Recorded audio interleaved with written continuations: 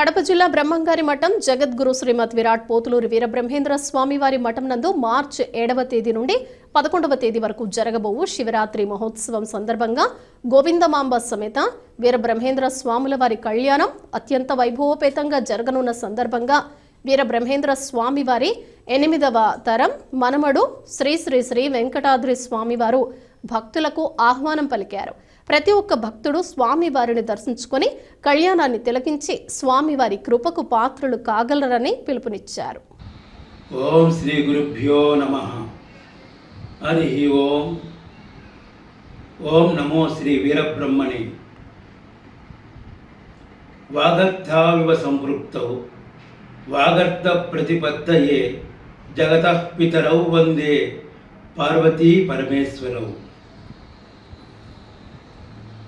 భూత భవిష్యత్ వర్తమాన కాలజ్ఞాన సృష్టికర్త జగద్గురు శ్రీ మధ్విరాట్ పోతులూరి వీరబ్రహ్మేంద్ర స్వాముల వారి మఠమునందు ప్రతి సంవత్సరము మహాశివరాత్రి కళ్యాణ మహోత్సవములు, నిరంతర అన్నదాన నిత్య నైవేద్యాది కార్యక్రమములు అత్యంత వైభవంగా జరుగుతున్నవి.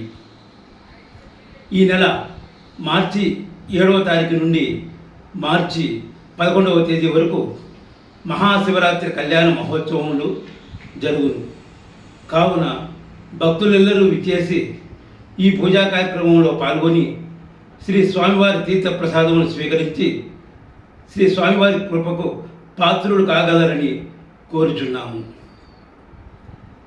ఈ మహాశివరాత్రి కళ్యాణ మహోత్సవాల శుభ సందర్భాన్ని పురస్కరించుకొని ఆ మహనీయుడు శ్రీ వీరబ్రహ్మేంద్ర స్వామి వారి గురించి కొన్ని విషయాలు చెప్పదలుచుకున్నాను.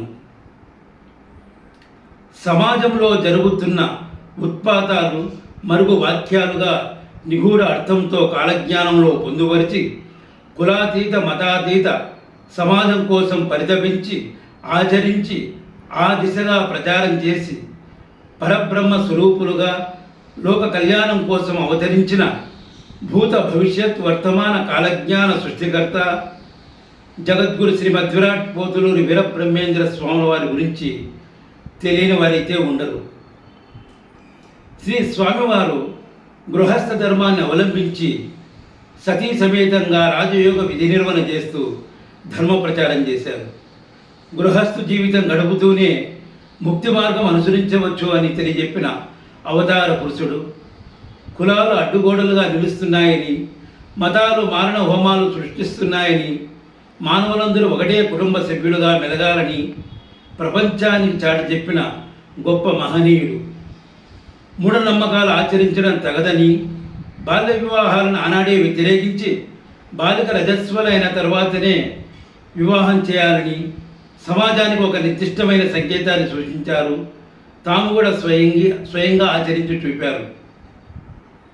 స్త్రీలకు సహజ సౌభాగ్యం జన్మతః వచ్చిందని, భర్త పోయినా దానిని విన్నాడు రాదని, బాల్య వివాహాలు సమాజాన్ని చేటు కలిగిస్తాయని ఆనాడే చెప్పారు. శ్రీ స్వామివారు సజీవ సమాధి నిష్ఠ వహించి ఇప్పటికి 330 సంవత్సరాలు పూర్తిగా వస్తున్నాయి.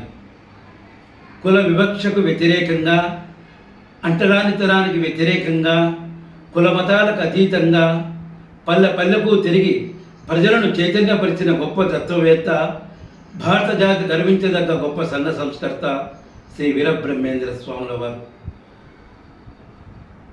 కడప జిల్లాలోని కందిమలాయపల్లిలో రాజయోగిగా స్థిరపడి లోకోద్ధరణ దీక్షతో తత్వ ప్రబోధం చేసి కాలజ్ఞాన ప్రవక్తగా ప్రసిద్ధుడై తుదకు 1693న శ్రీముఖ నామ సంవత్సరం వైశాఖ శుద్ధ దశమి రోజున సజీవ సమాధి అయ్యారు.